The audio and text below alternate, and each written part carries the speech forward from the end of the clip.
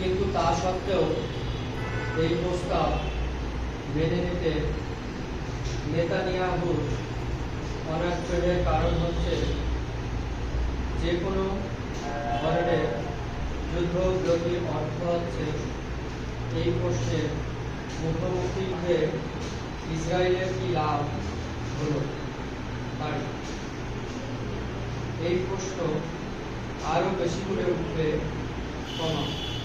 কেননা এই প্রস্তাবে বলা হয়েছে করে নেওয়া হবে।